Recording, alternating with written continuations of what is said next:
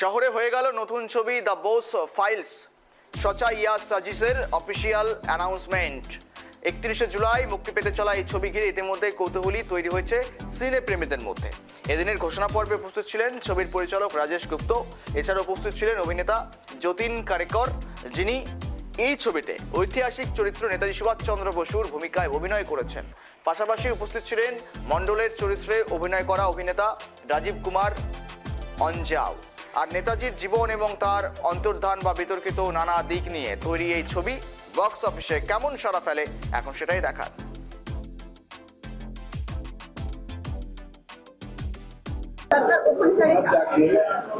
हो रही है, होगा क्यों नहीं होगा। अगर हम सच्चाई तथ्यों की सबूतों की बात कर रहे हैं तो क्यों नहीं होगा। आप कब तक छुपाते फिरेंगे? 78 सालों तक तो छुपा रहे हैं आप, सच्चाई से भाग रहे हैं और आज नहीं सच का सामना करेंगे तो भाई फिर कब करोगे। हम अगर मैच्योर हुए हैं थोड़ा भी as a public, as a दर्शक, हम तो आज हमको क्या तकलीफ है और हम अगर मैच्योर हुए हैं, हम एक्सेप्ट कर रहे हैं तो कल सरकार को भी एक्सेप्ट करना पड़ेगा। 2014 के पहले मैं बना सकता था? किसी को लगता है कि 2014 के पहले हुआ था? नहीं, शूटिंग तो अभी हुई है पिछले साल। मैं बोला 2014 के पहले आपको लगता है कि यह फिल्म बनती तो रिलीज हो पाती? क्या इतनी मैच्योरिटी आज हम में है सच का सामना करने की? और मैं कह रहा हूँ कि सारी दुनिया में अल्टरनेट हिस्ट्री के ऊपर फिल्म बन रही है, तो हमारे देश में क्यों नहीं? और हम तो सच की बात कर रहे हैं, हम तो तथ्यों की बात कर रहे हैं। मैं हवा में कोई बात नहीं कर रहा। अगर आपको इस फिल्म में एक भी वर्ड ऐसा नहीं है जो नेताजी ने नहीं बोला हो या फिर इतिहास में लिखा हुआ नहीं हो। मेरे पास में 3 साल की कम से कम भी 8 मोटी किताबें हैं जो मैंने YouTube के ऊपर में जितने भी वीडियोज हैं उस टाइम के या फिर जितनी भी किताबें पब्लिश हुई हैं वो सारी पढ़ी और उसमें से जो कुछ भी रेलिवेंट मुझे मिल सकता था मैंने लिया। मैंने हमारे एक पीएम ऑफिस में एडवाइजर हैं डॉक्टर संजीव सान्याल, उनका एक पॉडकास्ट हुआ था चंचुर घोष के साथ में और उस पॉडकास्ट में उन्होंने काफी बातें बताई थी जो हमारी फिल्मों में आपको दिखेंगी। फिल्म का ड्यूरेशन 2 घंटे 6 मिनट का है। हम वेस्ट बंगाल गवर्नमेंट को अपील कर रहे हैं कि इस फिल्म को टैक्स फ्री बनाया जाए।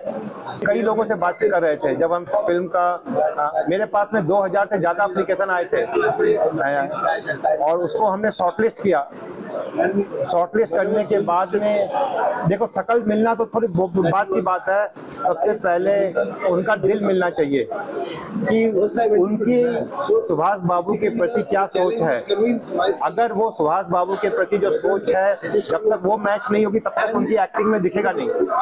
और मैंने जब देखा, हमने चेक किया कि नहीं, ना केवल शकल की बात ही नहीं है, सिर्फ उनकी सोच भी सुभाष बाबू किससे मिलती है, तो फिर हमने उनको चुना। एक्चुअली हमें जो इतिहास पढ़ाया जाता है वो ये है कि नेताजी का देहांत हो गया था प्लेन क्रैश में ताइपे में, ताइवान में।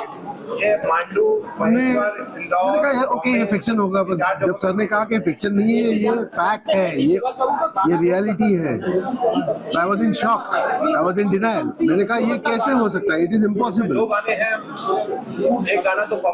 अपने आप को कन्विंस करने में काफी टाइम लग गया, 2 दिन लग गया एक्चुअली, जिसमें राजेश जी मेरे साथ रहे, उन्होंने मुझे कन्विंस किया, सारे प्रूफ दिखाए और उसके बाद फिर हमने तैयारी शुरू की और ये फिल्म सुभाष जी के आशीर्वाद से बनी है बस। इनफैक्ट मैंने अभी अपनी फिल्म भी नहीं देखी है, मैंने सिर्फ अपने पार्ट का डबिंग किया है और एक रॉ एडिट देखा है। I have not seen the whole film.